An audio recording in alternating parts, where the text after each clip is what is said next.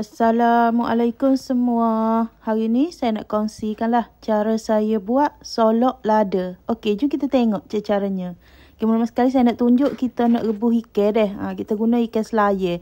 Ikan selayar tu kita rebus letak asam keping dengan garam kasar. Kalau tak ada garam kasar, boleh letak garam halus pun boleh.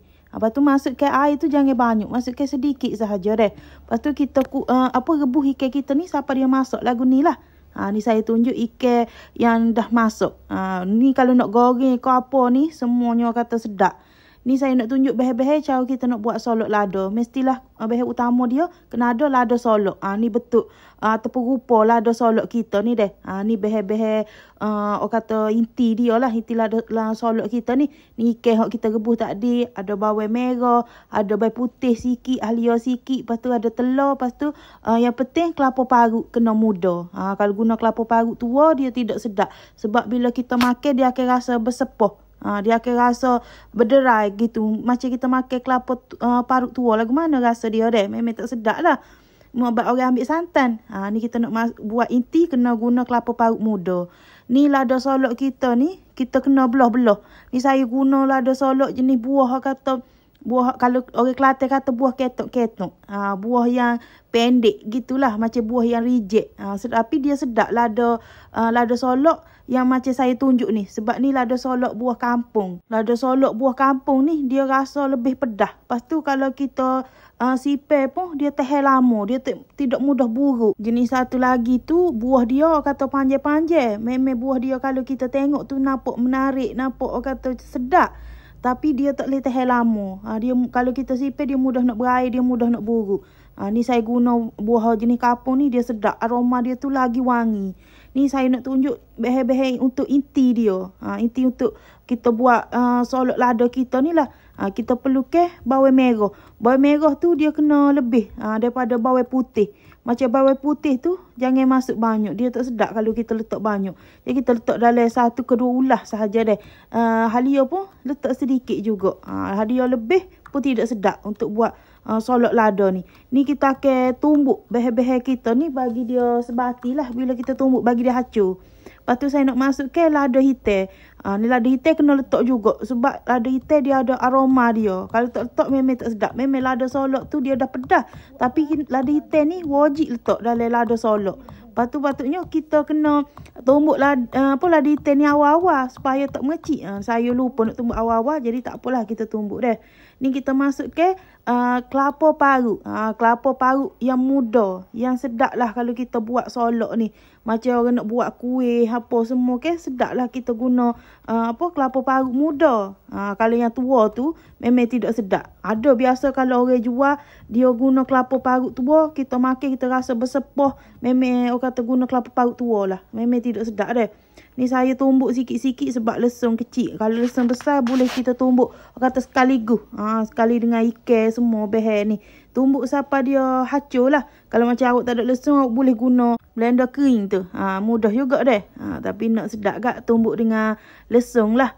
Ni kita tumbuk sikit-sikit. Lepas tu kita masukkan bahan yang dah kita tumbuk tadi ke dalam bekas. Ni awak nampak je sikit ni. Tapi bila dah jadi inti untuk lada solok kita ni, dia akan jadi banyak deh. Ni pula ikan yang kita rebus tadi, kita ambil isi dia sahaja.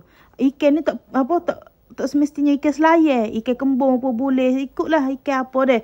Janji ikan tu kita rebus dulu. Tapi biasa sebelum ni saya pernah buat solok lada ikan tak rebus. Tu kata cara-cara kebanyakan cara-cara orang dulu. Tapi kalau setengah orang nak mudah boleh buat ikut yang saya tunjuk ni. Rasa dia pun tetap kata rasa sedap jugalah. Tak lari sangat dengan rasa yang ikan kita tak rebus. Ni saya pindahkan ke dalam bekas besar lah. Supaya mudah untuk kita gaul deh. Ni kita perasakan dengan garam. Lepas tu letak gula. Garam tu hati-hati letak. Sebab kita takut dia dah masing. Masa kita rebus ikan tadi kita dah letak garam. Jadi kena hati-hati letak garam tu. Lepas tu gula tu kena lebih sikit. Sebab kalau solok lada ni dia kena ada rasa manis-manis. Manis-manis sikit. Masing manis lemak tu kena ada. Ni kita letak telur. Tujuan kita letak telur tu supaya inti solok lada kita tu bila kita rebus dia tak berderai. Dia kata melekat elok. Kiranya telur ni macam gam lah. Jadi sebagai gam untuk inti solok lada kita ni deh. Ni kita apa nak sumbat ke inti ni ke dalam lada kita ni. Ikutlah nak sumbat ke banyak mana pun deh. Macam saya ke, saya tak buai pun biji lada tu. Bila kita tak buai biji lada tu, dia lebih sedap daripada kita buai biji lada. Sebabnya orang tua-tua kata dia lagi pedas, lepas tu rasa dia tu, aroma dia tu tak hilang. Jadi saya tak buai pun biji lada.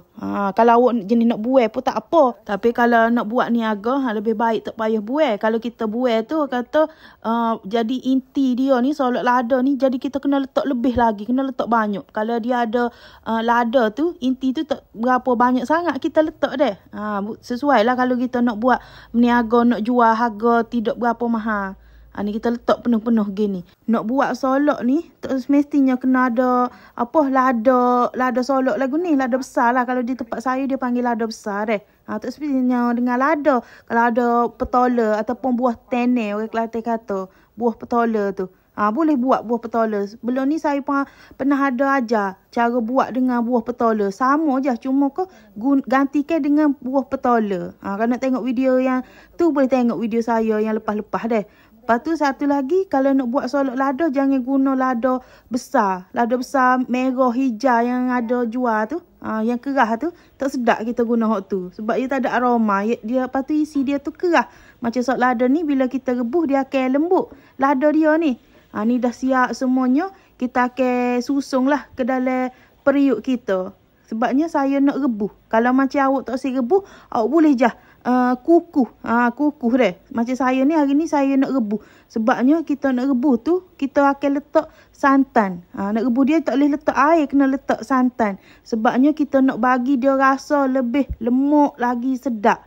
Tapi kalau kita kukuh pun, dia rasa dah sedap. Tapi kalau nak sedap, kena buat macam cara saya tunjuk ni. Ni kita letak semua yang kita dah buat tadi. Lepas tu kita ambil santan. Ni santan saya ni sedikit, kata, ya beku lah. Sebab saya letak dalam peti ke. Letak dalam freezer, dia jadi beku. Lepas tu kita letak santan. Santan pun tak letak banyak. Jangan letak banyak santan tu. Kita guna santan, santan pekat. Biar dia rasa lemuk dia tu. Lepas tu kita rebus lah. Rebus dia guna api perlahan sahaja. Jangan guna api besar, nanti dia akan hangit. Ni awak boleh tengok deh. Dah kata lebih pada 15 minit tu. Lada kita pun dia dah layu. Santan tu pun dah meresap ke dalam inti solok lada kita ni. Wangi dia tu memang sangat-sangat wangi deh. Ni kita nak tutup ke api. Lepas tu kita akan angkat dah. Awak jangan biarkan duduk dalam periuk gini. Sebabnya dia ada air tu. Ni kita nak boleh tengok. Dia ada air daripada buah lada tu. Jadi kita kena angkat. Sebab kita tak usah solok lada kita ni dia mudah basi. Jadi kita kena angkat biarkan dia kering. Ni kita angkat deh. Saya nak tunjuk hasil solok lada yang kata kita nak buat sangat mudah. Tapi rasa dia tu macam orang-orang dulu juga buat. Ni hasil dia. Nak makan dengan nasi kerabu, nak makan dengan nasi putih, nak ratah saja pun sedap solok lada ni deh. Okeylah, kepada yang dah menonton video saya ni, saya harap jangan lupa subscribe, like, komen dan share video saya. Okey, terima kasih semua.